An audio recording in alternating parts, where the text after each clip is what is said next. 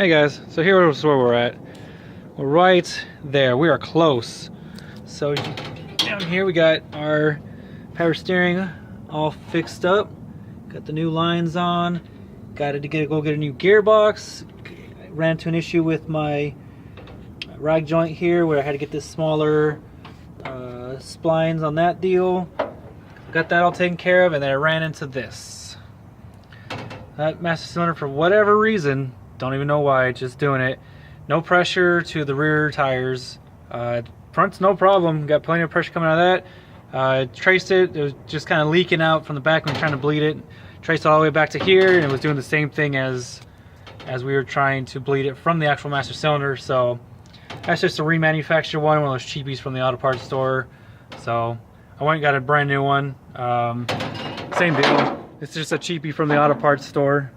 But hopefully this one will do what it needs to do. Hopefully it works this time. So yeah, I mean, lines are all hooked up now. I had to do a little bit of MacGyver. Not really MacGyver because I don't have rubber bands or paper clips or whatever that guy used. But had to do all that, took care of that stuff. All the brake boosters on nice and hooked up. Just last little bit. Then ran into an issue here. We started bleeding the brakes. You notice that's on the floor because this here, when I try to bleed them out, it's coming out from the bottom of the caliper. Well, how convenient. I don't know if you could see the little shiny spot down there. Right. Anyway, I had to flip these upside down because hitting the caliper. And it was causing it to go crooked and not seat properly. And of course, it happened on both sides. This side here was the worst side. Worst of the two, but see the little lip in the back sticking up? That's supposed to be flipped the other way. That's how you lock in. See here, we just, man, all kinds of trouble with this stuff. But we're getting closer. I hope we're getting closer. We're at the end of it. The last thing I need, stop, and of course, what's gonna stop me? Master cylinder, and it is currently not stopping. So, last little update. But we're close. We are very close to getting this thing going. Everything else, it starts up and runs great. Keys now ran on the inside. I don't think I've shown anyone the key yet, but going here, got my little key hooked up here. So now I'm gonna go to crank it. Bam! Look, it even tries to go fire right up. So that's where we're at right now. Rank truck come along. Next project, this guy. Gonna get back on the Ford. And Ford's got to stop too. This thing actually runs and drives really good, so I want to be able to drive this thing. But runs this. Right now, currently the master cylinder does not even move. You go to hit the brake pedal, it's just locked up. But this guy, man, this thing is a cool deal. So, got this one for a great deal. Speaking of deals, and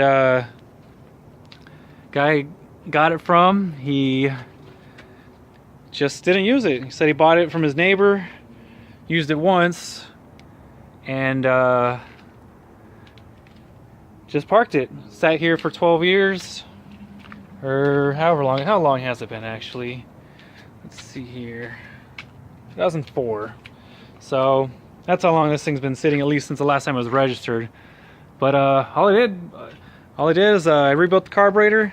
It's got a nice cool Holly on there. I guess you saw that last video. Rebuilt the carburetor on it, put spark plugs in it, changed the oil, and it just lit right off. But yeah, look at this thing. This thing is cool. I like this thing. 55,000 mile motorhome. I don't even care. At low miles, all this little damage, there's a little damage, got some water damage on the inside and all that stuff, but I do not care because this thing is cool. So anyways, that's what's going on here. Back on the ramp truck, gotta get this thing going. Man, I gotta get this thing going by next week at least. This thing's gotta move out of here, so we're just hustling to get this thing along. But it's been a slow process, you know, got other things going on, so it's but it's coming. It's coming. And this thing is gonna be running great. All right, well, there you go. It's a quick little update. Close to it. At least got to, hopefully, you know, got it to steer now with the power steering pump, which, by the way, is also still the wrong one. I don't know if you guys can tell or not, but yeah, right there. That thing is not lined up.